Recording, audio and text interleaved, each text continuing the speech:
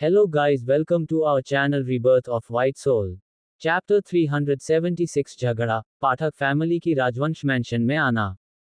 मैं गोद ली हुई हूँ, मैं आप सब की तरह नहीं दिखती हूँ। इसलिए मैं अपनी अपीयरेंस को लेकर थोड़ी को कॉन्शियस हूँ। मुझे आप सब के साथ मैच करना होगा ना, इसलिए मैं सारा ड्रेस देख रही थी जिसे पहनकर मैं इस घर की बेटी लगूं। कोई भी आप सबका मजाक ना उड़ाए। मोनाली ये सब नम आंखों से मासूमियत से बोली, जिस वजह से रोशन को थोड़ा बुरा लगा। वो उसकी सिर को सहलाते हुए बोला, तुम गोद ली हुई हो ये मत कहो, हम तुम्हें इस घर की बेटी मानते हैं।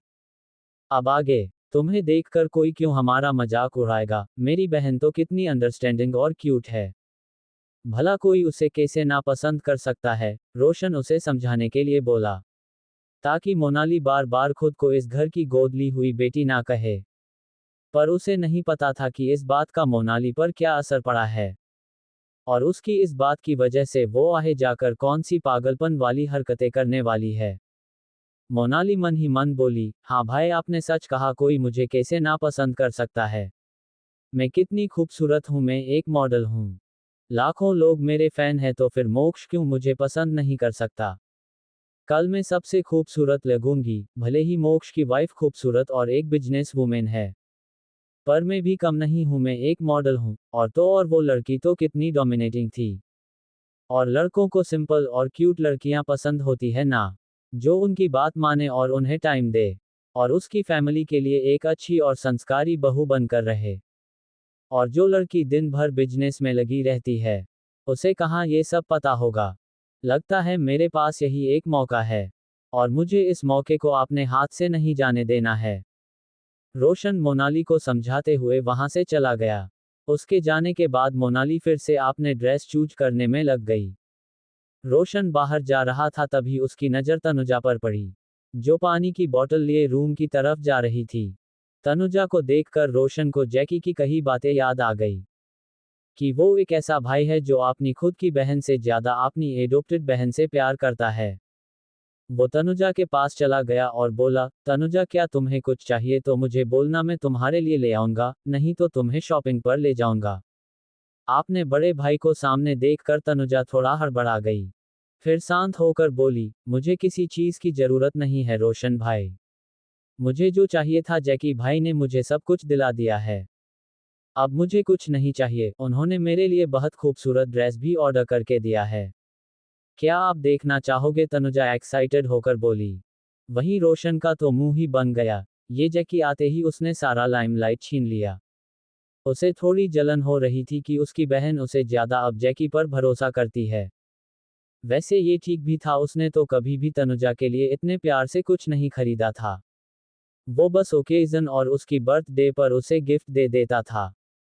वो हमेशा से मोनाली को थोड़ा ज्यादा पैम्पर करता था, क्योंकि उसके हिसाब से मोनाली एडॉप्टेड है। इसलिए अगर वो सब उसे नेग्लेक्ट करे तो वो दुखी हो जाएगी। इसलिए वो मोनाली से थोड़ा ज्यादा प्यार करता था। पर अब उसे इस बात का गिल्ट फील हो रहा था। उसे अपनी दोनों बहन को बराबर प्यार देना चाहिए था। नहीं तुम जाओ रूम में, मैं बाद में देख लूंगा, इतना कहकर रोशन वहां से चला गया। वहीं तनुजा भी ना समझी में भौहें उचकाते हुए वहां से अपनी रूम में चली गई। वहीं दूसरी तरफ शुक्ला विला में दीपिका अपनी रूम की डोर को पास बैठी हुई थी, और बाहर हो रहे झगड़ा और शोर को सुनकर रो रही थी। ये झगड़ा उसकी मोम और डैड के बीच में हो रहा था। नीचे नीरज बहुत गुस्से में था, तुम घटिया औरत, तुम किसी काम की नहीं हो। तुम्हारा वो भाई जो मेरे लिए चाबी का काम करता, उसे भी राजवंश फैमिली ने हॉस्पिटल से ले लिया, नीरज चिल्लाते हुए बोला। तुम गई थी ना पाठक विला, फिर तुम्हें कैसे पता नहीं चला कि आज अखिलेश राजवंश नितिन को मेरे हॉस्पिटल से लेकर जाने वाले हैं। जरूर तुम्हें पता होगा, और तुमने जानबूझकर मुझसे ये बात छुपाया होगा, ताकि मीता कभी मेरे पास ना आए और मेरी सारी प्रॉपर्टी तुम्हारा हो जाए, है ना। नीरज को गुस्से में देखकर गीता को भी गुस्सा आ रहा था। वो भी गुस्से में बोली, अच्छा हुआ जो वो सब उसे ले गए, अब तुम्हें वो मीता कभी नहीं मिलेगी। इतना सुनना ही था कि नीरज ने गुस्से से गीता का गला पकड़ लिया।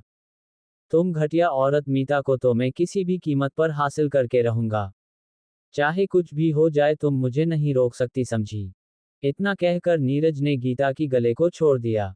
तो गीता खांसते हुए नीचे झुक गई, फिर नीरज को देखकर पागलों की तरह हंसते हुए बोली, तुम बस सपने देखते रहो नीरज, मैं तुम्हारे इस सपने को कभी भी पूरा नहीं होने दूंगी। भूलो मत, हमारी एक बेटी है, सारी प्रॉपर्टी उसे ही मिलनी चाहिए। मैं तुम्हें उस मीता को अपनी प्रॉपर्टी नहीं देने दूंगा, और ना ही मैं कभी तुम्हें उससे शादी करने दूंगी। अगर तुमने मेरी बात को मजाक में लिया तो तुम भी अच्छी तरह से जानते हो कि मैं क्या कर सकती हूँ। जब मैंने आपने खुद के भाई को नहीं छोड़ा तो मैं किसी और को प्रॉपर्टी कैसे लेने दूं? हाँ। उसकी बात सुनकर नीरज गुस्से से और भी बौखला गया। ओ शट अप, मुझे पता है तुम्हें अपनी बेटी से कोई प्यार व्यार नहीं है। तुम बस मुझे और मीता को एक साथ नहीं आने देना चाहती हो। इसलिए तो तुमने मेरे नशे में होने का फायदा उठाकर दीपिका को पैदा किया। पर मैं उसे अपनी बेटी नहीं मानता, उसे पैसा चाहिए और जो कुछ भी चाहिए मिलेगा।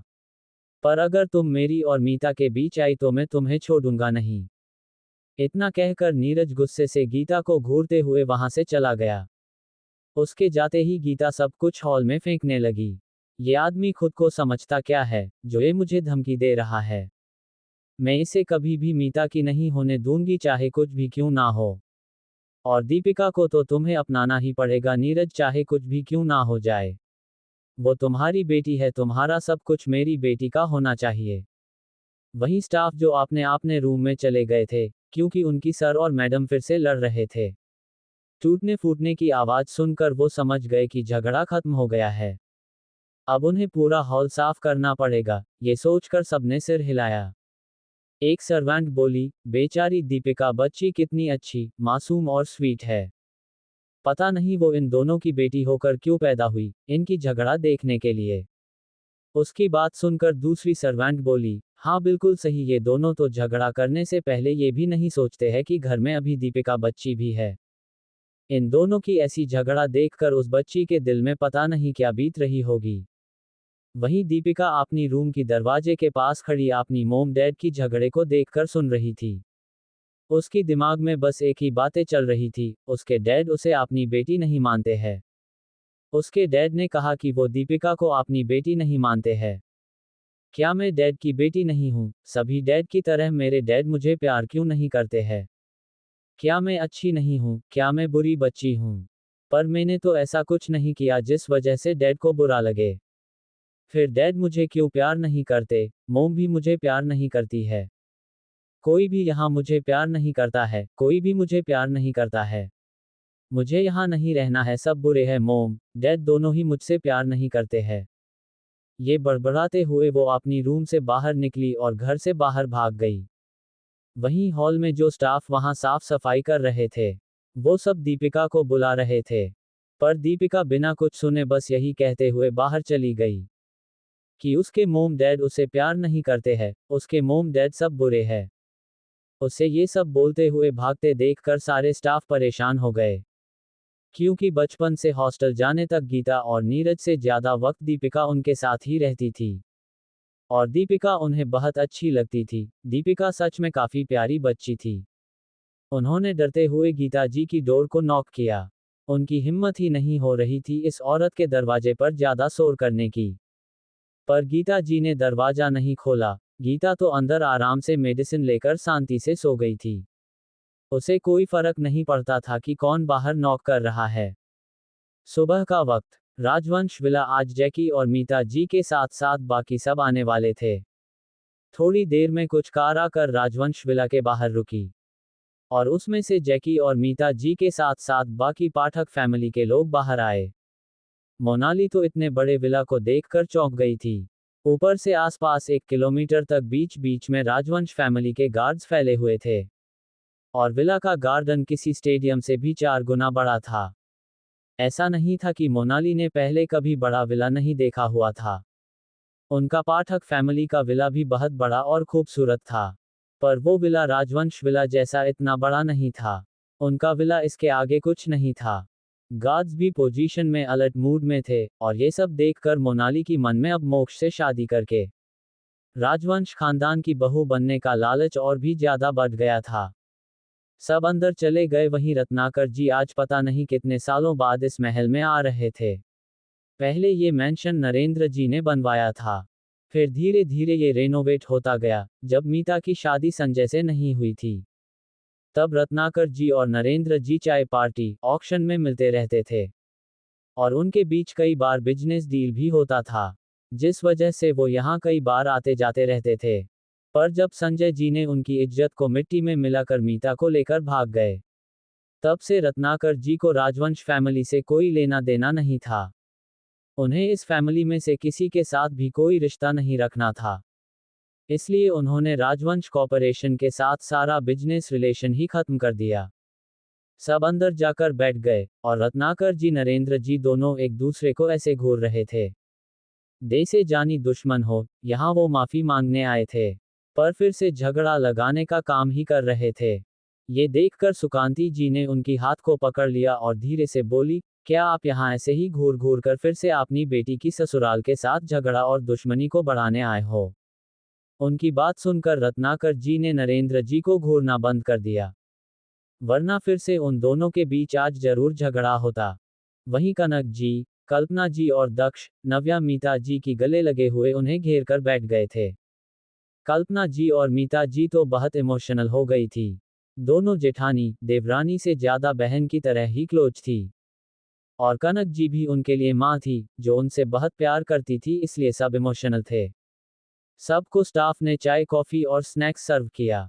वहीं मोनाली हाथ में काफी इधर उधर नजर किए मोक्ष को ही ढूंढ रही थी। तभी उन सब की कानों में किसी की खिलखिलाने की आवाज पड़ी। सब ने उस तरफ देखा जहां एक बच्ची क्यूट सी पिंक ड्रेस में अपनी हाथ में छोटा सा प्लास्टिक पानी बोतल लेकर लड़खड़ाती कदमों से भाग रही थी। और उसके पीछे एक लड़का जो 5-6 साल का लग रहा था, वो उसे रुकने को बोलते हुए आ रहा था। वो बच्ची बेहद ज्यादा क्यूट और मासूम लग रही थी, उसकी ग्रे आंखें तारों की तरह चमक रही थी। ये कोई और नहीं, हमारी डेविल के साथ साथ प्यारी और मासूम रुद्रांशी थी, जो डैनी को अपने पीछे भगा रही थी, या फिर उसके साथ खेल रही थी। वो सीधा आकर डे से ही अपनी दादी माँ की तरफ जा रही थी। इतने सारे अनजाने लोगों को देखकर रुद्रांशी एक पल के लिए घबरा गई, और उसकी बोतल उसकी हाथ से छूटकर सीधा जाकर मोनाली जो साइड में बैठी थी उसकी पैर पर गिरी, जिस वजह से मोनाली की दर्द से चीख निकल गई। और उसकी इतनी जोर से चीखते हुए रुद्रांशी भी डर गई और पीछे हट गई, जिस वजह से उसकी हाथ लगकर कॉफी का कप जो मोनाली ने एक हाथ से पकड़ रखा था, वो सारा गर्म कॉफी उसके ऊपर ही गिर गया, जिस वजह से दर्द और जलन से मोनाली की मुंह से चीख निकल गई।